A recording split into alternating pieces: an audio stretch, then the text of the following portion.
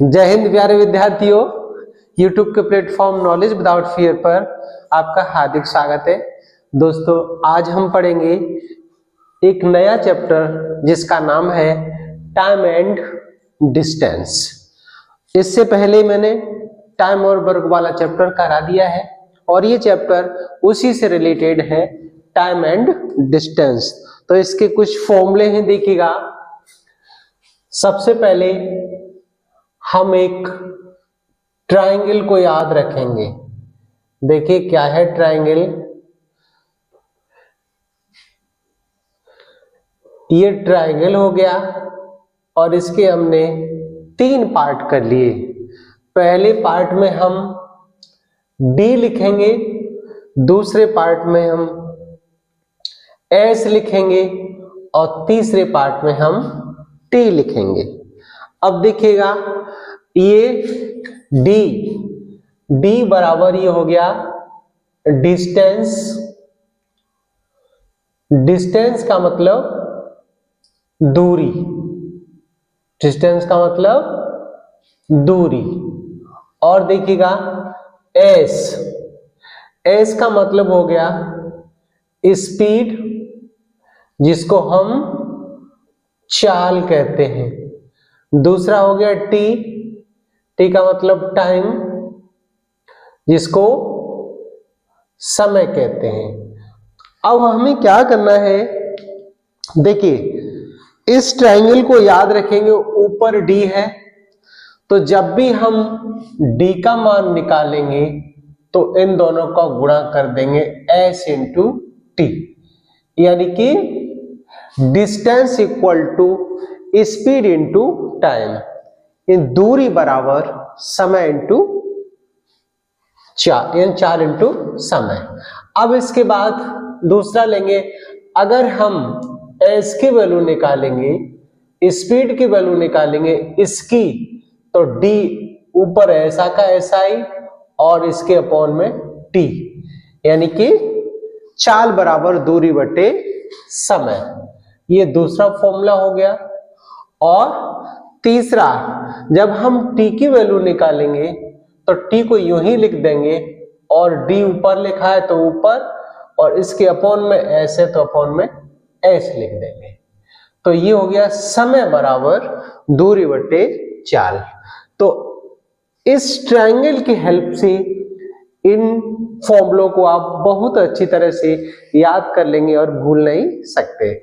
अब देखिए, इसके बाद 2 और फॉर्मूले हैं जिसको हम, जैसे दिया हुआ है एक्स के एम पर हावर, यानी आपका जो स्पीड दिया हुआ है वो कितनी है, x किलोमीटर पर हावर, और इसको कन्वर्ट करना है किसमें, मीटर पर सेकंड में। तो हम क्या करेंगे, x इंटू 5/18 मीटर पर सेकंड।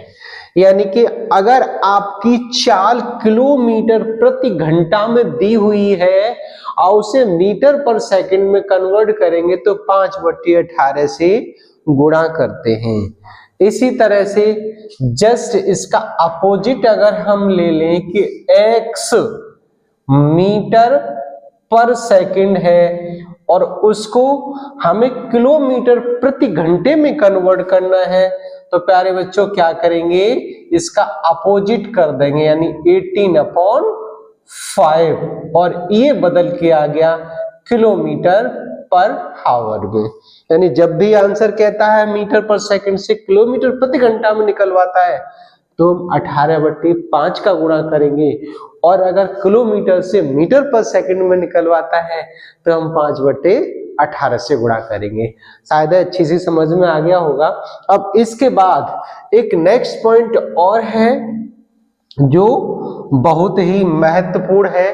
वो क्या है कि जैसे कि एक व्यक्ति है, यानी कोई व्यक्ति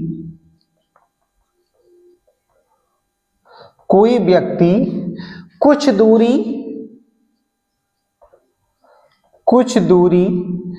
x किलोमीटर प्रति घंटे, यानी x किलोमीटर प्रति घंटे की चाल से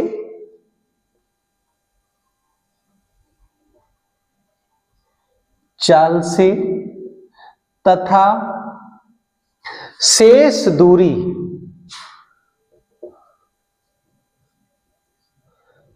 दूरी बाई किलोमीटर प्रति घंटे की चाल से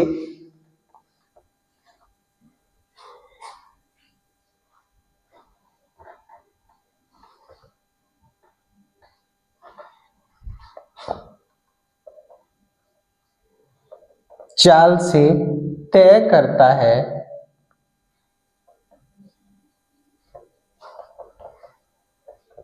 तो उसकी औसत चाल यानी एवरेज वेलोसिटी निकलवाता है। तो हम क्या करेंगे, जब भी एवरेज वेलोसिटी निकलवाएगा तो यह हम 2 इंटू एक्स इंटू वाई और अपॉन एक्स प्लस वाई कर देंगे, और इसी फॉर्मूले का हम यूज करेंगे जब भी कोई दो ट्रेन देता है या किसी व्यक्ति को देता है तो उसकी एवरेज वेलोसिटी फाइंड करवाता है, एवरेज स्पीड फाइंड करवाता है, तो हम इसी फॉर्मूले का यूज कर लेंगे। तो अब इससे ज्यादा और कोई फॉर्मूला इसमें यूज होगा नहीं, और ये तो साधारण से फॉर्मूले हैं जो हम शुरू से पढ़ते हुए आए हैं। अब इसमें देखेंगे हम एग्जाम्पल, तो देखिए कितनी अच्छी से समझ में आएंगे आपके। तो दोस्तों अब हम देखेंगे क्वेश्चनों की तरफ। तो देखिएगा पहला क्वेश्चन जो आपका एसएससी 2005 में पूछा गया है, क्या है ये क्वेश्चन कि एक रेलगाड़ी 180 किलोमीटर प्रति घंटे की चाल से जा रही है, तो इसकी चाल मीटर प्रति सेकंड में ज्ञात करो। प्यारे बच्चों क्या करना है हमें, सबसे पहले ये स्पीड दे रहा है, कितनी दे रहा है 180 किलोमीटर पर हावर, और पूछ क्या रहा है तो इसकी चाल मीटर पर सेकंड में ज्ञात करनी है। तो अभी मैंने आपको फॉर्मूला लिखाया था कि जब भी हमारी स्पीड किलोमीटर प्रति घंटे में दी हुई है तो उसे मीटर पर सेकंड में चेंज करने के लिए हम क्या करते हैं, 5/18 का गुणा कर देते हैं, और 5/18 का गुणा करेंगे तो 18 से ये 10 बार कटेगा, और 10 का 5 में मल्टीप्लाइड कर देंगे तो 50 मीटर पर सेकंड उसकी स्पीड निकल के आ गई। अब इसके बाद हम करेंगे दूसरा क्वेश्चन जो एसएससी 2007 में पूछा गया है, जिसमें कह रहा है कि साइकिल द्वारा एक व्यक्ति 150 मीटर दूरी 25 सेकंड में तय करता है तो उसकी चाल किलोमीटर प्रति घंटे में क्या है। तो सबसे पहले प्यारे विद्यार्थियों, सबसे पहले इसमें दिया हुआ है डिस्टेंस 150 मीटर है और टाइम दिया हुआ है 25 सेकंड। तो अब हमें क्या करना है, इसकी चाल यानी स्पीड ज्ञात करनी है। तो स्पीड ज्ञात करेंगे तो देखिए स्पीड के लिए मैंने आपको फॉर्मूला लिखाया था, वो क्या लिखाया था, यानी स्पीड बराबर डिस्टेंस अपॉन टाइम। तो यहां देखिएगा 150/25 और 25 से इसको हम काट देंगे तो 25 से 6 बार कटेगा ये, तो 6 यहाँ पे कितना आ गया, ये 6 मीटर पर सेकंड आ गया। अब ये स्पीड निकल आई 6 मीटर पर सेकंड। अब क्या करना है हमें, इसको किलोमीटर प्रति घंटे में चेंज करना है। तो 6 मल्टीप्लाइड 18 और डिवाइड बाई 5, यानी क्या करेंगे, यहां से इनका मल्टीप्लाइड कर देंगे और इसको डिवाइड दे देंगे। जब इसका मल्टीप्लाइड करेंगे डिवाइड देंगे तो ये कितना हो जाएगा, यानी 108/5। अब 5 का दे दो तो 5 दूनी 10 और 5 एकम 5 और पॉइंट लगा लो, 3 बचे, 5 6 30। तो ये आ गई 21.6 किलोमीटर प्रति घंटा। तो देखिएगा दोनों क्वेश्चनों में, एक में क्या दिया था, किलोमीटर प्रति घंटे को मीटर पर सेकंड में चेंज करवा रहा था, तो ये भी हमने कर लिया, और दूसरे में मीटर पर सेकंड था, उसको किलोमीटर प्रति घंटे में चेंज करवा रहा था, तो ये भी हमने कर लिया। अब देखेंगे हम तीसरा क्वेश्चन जो आपका एसएससी 2007 में पूछा गया है। अब इसमें देखिएगा क्वेश्चन को हमने थोड़ा चेंज किया है। क्या कह रहा है कि एक व्यक्ति किसी निश्चित दूरी का आधा भाग 6 किलोमीटर प्रति घंटे की चाल से तथा शेष भाग 3 किलोमीटर प्रति घंटे की चाल से तय करता है, तो कुल दूरी तय करने में उसकी औसत चाल क्या है? यानी find the average speed of person. तो यहां से देखिएगा क्या करेंगे, x की जो वैल्यू दी हुई है वो 6 km/h दी हुई है, और y की जो वैल्यू दी हुई है वो कितनी है, 3 km/h है। अब आपको एवरेज स्पीड निकालनी है, तो एवरेज स्पीड निकालेंगे तो क्या हो जाएगा, यहां से 2 × x × y upon x plus y, तो 2 × 6 × 3 डिवाइड बाई 9। अब क्या करेंगे, यानी अकॉर्डिंग टू फॉर्मूला, इस तरह का मैंने फॉर्मूला लिखा था एवरेज चाल का। अब देखिए 3 से 3 3 जा 9 और 3 2 जा 6 और 2 2 जा 4, तो उसकी जो औसत चाल निकल के आई वो कितनी निकल के आई, 4 km/h।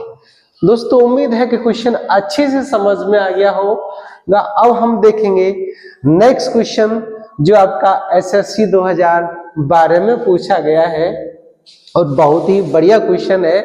इसमें कह रहा है कि एक व्यक्ति 30 किलोमीटर की दूरी को 6 किलोमीटर प्रति घंटे की चाल से तथा शेष 40 किलोमीटर की दूरी को 5 घंटे में तय करता है, तो कुल यात्रा में उसकी औसत चाल क्या होगी?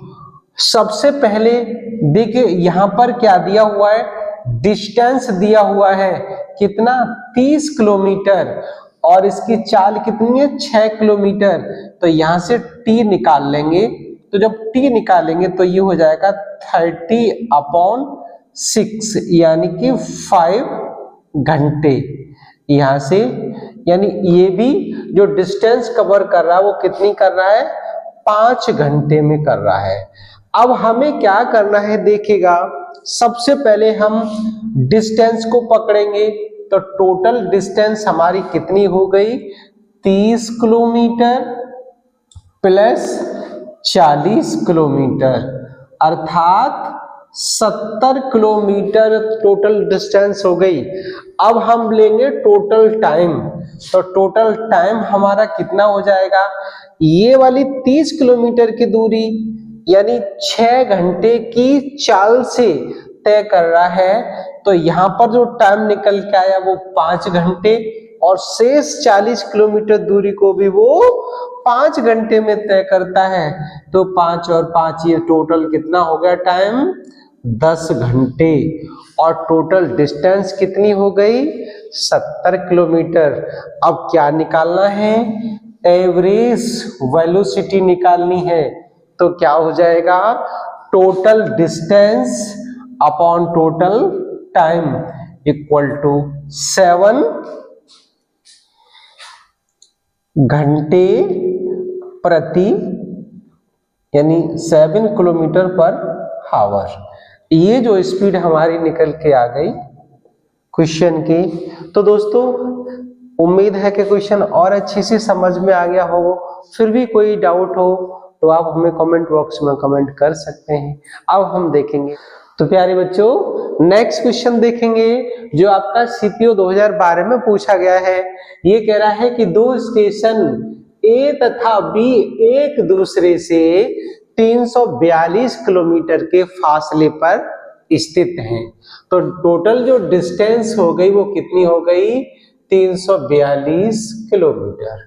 आगे कह रहा है दो रेलगाड़ियां इन स्टेशनों से एक दूसरे की ओर क्रमशः 30 और 27 किलोमीटर प्रति घंटे की चाल से चलती हैं, तो कितने घंटे बाद ये दोनों रेलगाड़ियां मिलेंगी? तो दोस्तों एक बात का ध्यान रखना कि जब दोनों रेलगाड़ियां एक दूसरे की तरफ चलती हैं तो हम उनकी चालों को जोड़ते हैं, और जब एक ही दिशा में चलती हैं तो उन चालों को हम आपस में घटाते हैं। तो यहाँ पर टोटल जो चाल हो गई वो कितनी हो गई? 30 + 27 अर्थात 57 किलोमीटर प्रति घंटा। अब हमें निकालना क्या है? टाइम निकालना है। तो टाइम बराबर क्या हो जाएगा? टाइम बराबर दूरी, यानी समय बराबर दूरी बटे चाल। तो दूरी कितनी हो गई? 342 और ये चाल कितनी हो गई? 57।